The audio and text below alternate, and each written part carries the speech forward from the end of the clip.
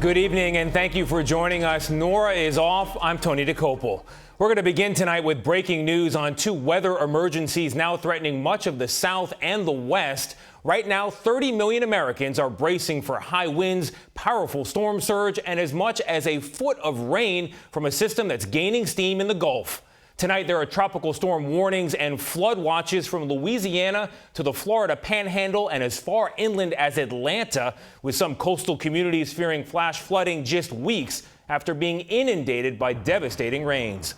Meantime, in the West, there is no sign of rain where it is desperately needed. 40 million people are sweltering tonight, living under a so-called heat dome that's melting high temperature records and making dangerous drought conditions even worse. From California to Arizona, the blast furnace of hot air is putting pressure on electrical grids and water supplies heading into the holiday weekend. CBS's Lonnie Quinn is standing by with the latest on where that tropical storm system is heading. But first, CBS's Jonathan Vigliotti is going to lead off our coverage from California, where tonight there is no relief from that heat. Good evening, Jonathan. Good evening, Tony. And while there are ways to escape the heat, there is no easy way out of this drought. Scientists say the West is the driest it's been in more than 125 years. They predict more heat waves this summer will only make conditions worse. Tonight, the Southwest is doing whatever it takes to keep cool in this unrelenting heat. It is 109 and there was nowhere else for us to go. It's hot. Excessive heat warnings issued for 5 states where temperatures have been shattering records all week. Salt Lake City, Utah, 107 degrees.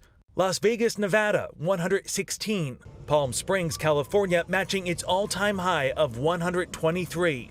And more mega heat waves are on the way. The National Weather Service is predicting most of the country will likely experience above average temperatures over the next 3 months, making it an even deadlier summer. More than 700 heat-related deaths occur each year in the United States, according to the CDC. In Tucson, Arizona, where it's reached 115 degrees, Border Patrol agents are posting this video, urging migrants not to risk their lives by crossing illegally. No lo intentes. Meanwhile, extreme drought conditions continue to fuel western wildfires, like this one that erupted in Chico, California overnight.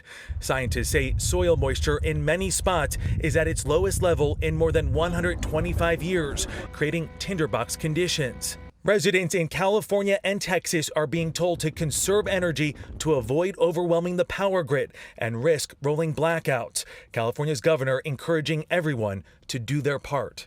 Raise the temperature on your thermostat to 78 degrees. Close your blinds before you go to work. Energy, just use a little common sense. And health officials are warning people to stay inside during the heat of the day. The pavement and the sand is so hot in parts of the West that doctors are reporting seeing patients with 2nd to 3rd degree burns on their feet. Tony? Very concerning stuff. Jonathan, thank you very much.